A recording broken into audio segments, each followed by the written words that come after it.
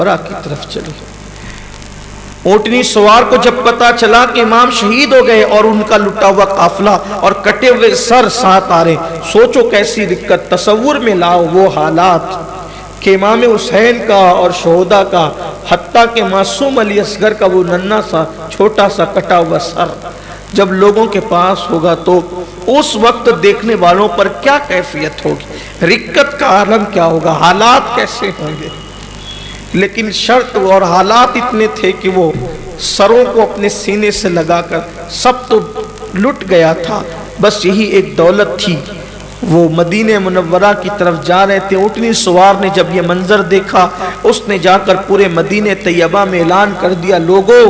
امام حسین کا لٹا ہوا قافلہ میں نے دیکھا ہے کہ وہ واپس آ رہا ہے اور کٹے ہوئے سر ان کے پاس موجود ہیں، یعنی کہ ثبوت بھی ساتھ میں ہے کہ وہ سر کاٹ دیے گئے ہیں۔ جب یہ بات مدینہ منورہ میں پتہ چلی تو پورے مدینے میں کوہرام مچ گیا، قیامت صغریٰ قائم ہو گئی۔ مورخین اور سیرت نگار لکھتے ہیں کہ ام المومنین ام سلمہ رضی اللہ تعالیٰ عنہ فرماتی ہیں کہ میں نے 2 مرتبہ مدینے والوں کو جتنا غمگین دیکھا، اتنا غمگین میں نے کبھی نہیں دیکھا۔ ایک تو میں نے ربیع الاول 11 ہجری کو اس دن مدینے والوں کو سب سے زیادہ روتے ہوئے دیکھا جب اللہ کے رسول کا وصال ہوا تھا، اور دوسری مرتبہ اس وقت جب حسین کا لٹا ہوا قافلہ کٹے ہوئے سروں کے ساتھ آیا تھا تو میں نے اتنا دیکھا کہ یوں لگتا تھا کہ قیامت صغریٰ قائم ہو گئی۔ میں نے دیواروں سے رونے کی آواز سنی، میں نے جناتوں کی رونے کی آواز سنی۔ ام المومنین فرماتی ہیں جنات نوحہ کرتے تھے جب مدینہ منورہ میں وہ لٹا ہوا قافلہ آیا۔ سیدانیاں جیسے مدینہ طیبہ میں داخل ہوئی، پردہ نشین عورتیں اپنے گھروں سے باہر آ گئی، لوگ مسجد نبوی شریف میں آگے ہجوم ہو گیا، اور حضرت محمد بن حنفیہ اس وقت بہت بیمار تھے، اٹھنے کی کوشش کرتے مگر بیٹھ جاتے۔ اس کے بعد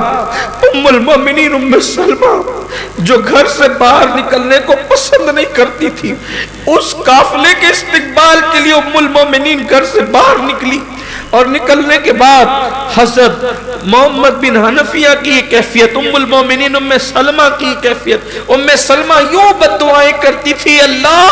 جس نے یہ حال کیا ان لوگوں کا، ان کو تو تباہ اور برباد کر دے، ان کے گھروں کو، ان کی قبروں کو جہنم کی آگ سے بھر دے، ان کی نسلوں کا خاتمہ کر دے۔ یہ بددعاؤں کے الفاظ، دعائے ضرر کے الفاظ ام المومنین ام سلمہ کے تھے۔ جیسے ہی ان لوگوں کی نگاہیں نگاہوں سے ٹکرائی،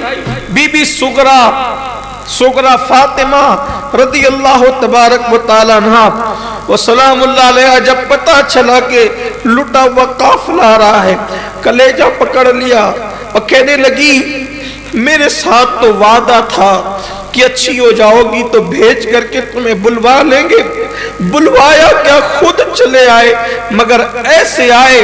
کہ سر ہیں لیکن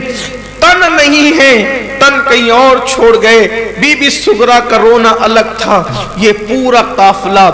لوگوں نے کہا گھر چلے، لوگوں نے کہا گھر چلے۔ امام نے فرمایا، بی بی زینب نے فرمایا نہیں، ہم گھر نہیں جائیں گے، اس لیے کہ حسین کی وصیت تھی جب مدینے جانا تو پہلے نانا کو کے پاس جانا اور نانا کی بارگاہ میں حاضری دینا، اور حاضری دے کر کے نانا کو بتانا کہ نانا جان آپ کی کلمہ پڑھنے والوں نے ہمارے ساتھ سلوک کیا کیا۔ کہتے ہیں کہ جب وہ کٹا ہوا سر لے کر امام زین العابدین حضور اکرم صلی اللہ علیہ وآلہ وسلم کے مزار اقدس پر حاضر ہوئے تو اس وقت امام زین العابدین جو صبر و رضا کا پیکر بنے ہوئے تھے، نانا کی مزار پر نظر پڑتے ہی پھوٹ پھوٹ کر رونے لگے اور کہتے تھے نانا آپ کے حسین نے آپ کو آخری مرتبہ سلام کہا تھا اور وہ سلام کی امانت مجھ تک پہنچائی تھی تاکہ میں وہ امانت آپ تک پہنچا دوں۔ اور پھر امام زین العابدین اور سیدہ پاک نے جو کربلا کے احوال بیان کی وہ یہ کہ نانا جس حسین کو آپ کندھوں پہ بٹھاتے تھے اس حسین کو گھوڑوں کے پاؤں تلے کچلا گیا، جس کے لیے جنت سے جوڑے منگاتے تھے اس کو کفن بھی تک نہ دیا گیا، اس کو بے گور و کفن چھوڑ دیا گیا،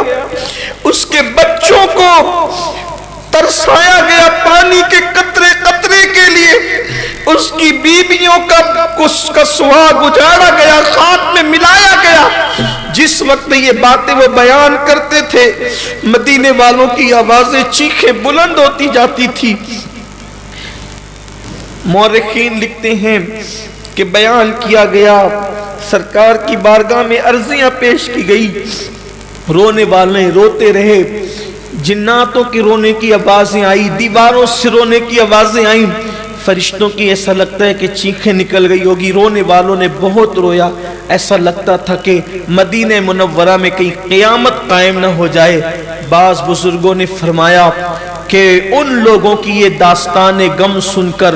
حضور اکرم صلی اللہ علیہ وآلہ وسلم کی قبر پر بھی اثرات دیکھے گئے، ان کے حالات سن کر بالآخر وہ قافلہ وہاں سے نکلا اور وہاں سے نکل کر بی بی سیدہ پاک سیدہ فاطمۃ الزہرا کے مزار اقدس پر حاضر ہوا، اور پھر سیدہ پاک کے مزار پہ جانے کے بعد وہاں بھی حالات پیش کیے گئے، اور پھر بالآخر امام زین العابدین نے سارے سروں کو امام حسن اور سیدہ فاطمۃ الزہرا کے قدموں میں دفن